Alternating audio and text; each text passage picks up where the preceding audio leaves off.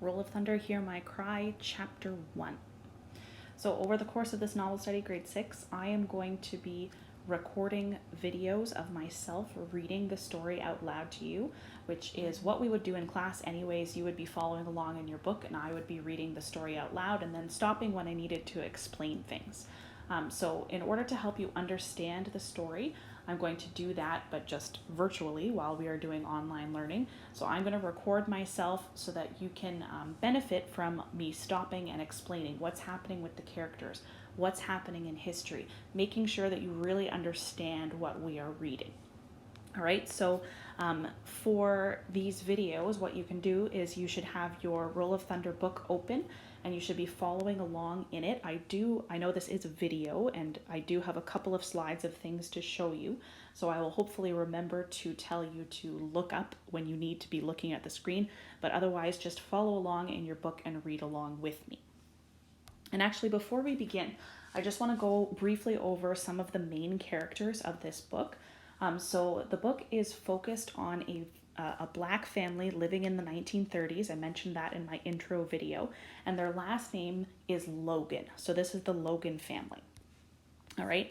Now, the Logan family has 4 children. The first child, the oldest, his name is Stacy.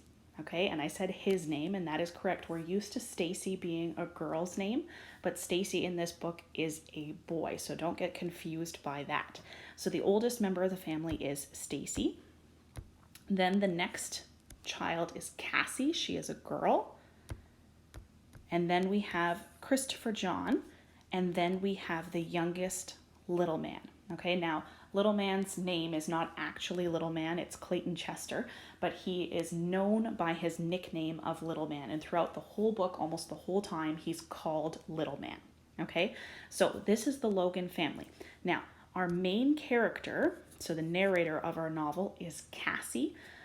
But just so you know, this is the family order and this is who the children are. And we're going to meet more characters and more members of the family a little bit later. But it's just good to be aware for sure for the first chapter of who these people are. All right, so you can pick up your book now and we'll start with chapter 1 right at the beginning. It should be on page 3. Little Man, would you come on? You keep it up and you're going to make us late. My youngest brother paid no attention to me. Grasping more firmly his newspaper-wrapped notebook and his tin can lunch of cornbread and oil sausage, he continued to concentrate on the dusty road. He lagged several feet behind my other brothers, Stacy and Christopher John, and me, attempting to keep the rusty Mississippi dust from swelling with each step, and drifting back upon his shiny black shoes and the cuffs of his corduroy pants by lifting each foot high before setting it gently down again. Always meticulously neat, 6-year-old Little Man never allowed dirt or tears or stains to mar anything he owned. Today was no exception.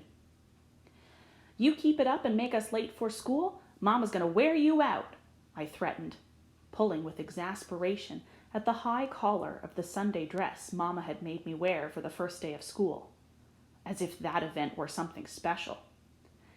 It seemed to me that showing up at school at all on a bright, August-like October morning, made for running the cool forest trails and wading barefoot in the forest pond, was concession enough. Sunday clothing was asking too much. Christopher John and Stacy were not too pleased about the clothing or school either. Only Little Man, just beginning his school career, found the prospects of both intriguing. Y'all go ahead and get dirty if y'all wanna, he replied, without even looking up from his studied steps. Me, I'm gonna stay clean. I betcha Mama's gonna clean you, you keep it up, I grumbled. Aw, Cassie, leave him be, Stacy admonished, frowning and kicking testily at the road. I ain't said nothin' but... Stacy cut me a wicked look, and I grew silent. His disposition had been irritatingly sour lately. If I hadn't known the cause of it, I would have forgotten very easily that he was, at 12, bigger than I, and that I had promised Mama to arrive at school looking clean and ladylike.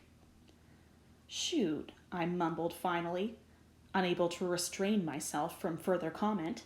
It ain't my fault you gotta be in Mama's class this year.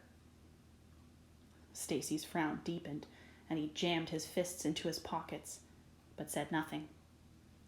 Christopher John, walking between Stacy and me, glanced uneasily at both of us, but did not interfere.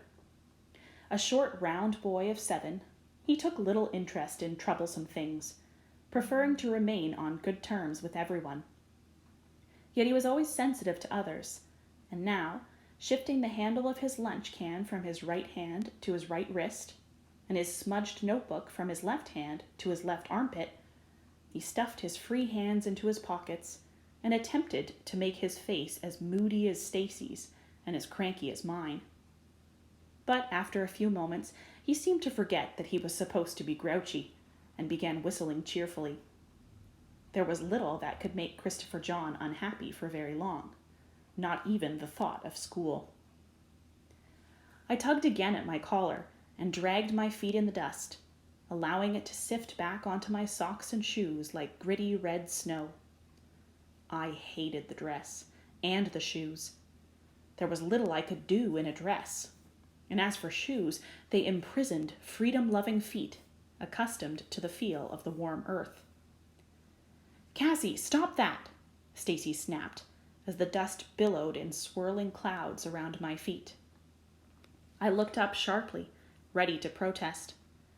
Christopher John's whistling increased to a raucous, nervous shrill, and grudgingly, I let the matter drop and trudged along in moody silence, my brothers growing as pensively quiet as I.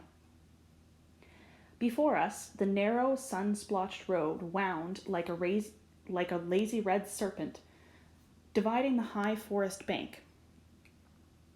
Oh, sorry, I'm just going to pause my video for a minute because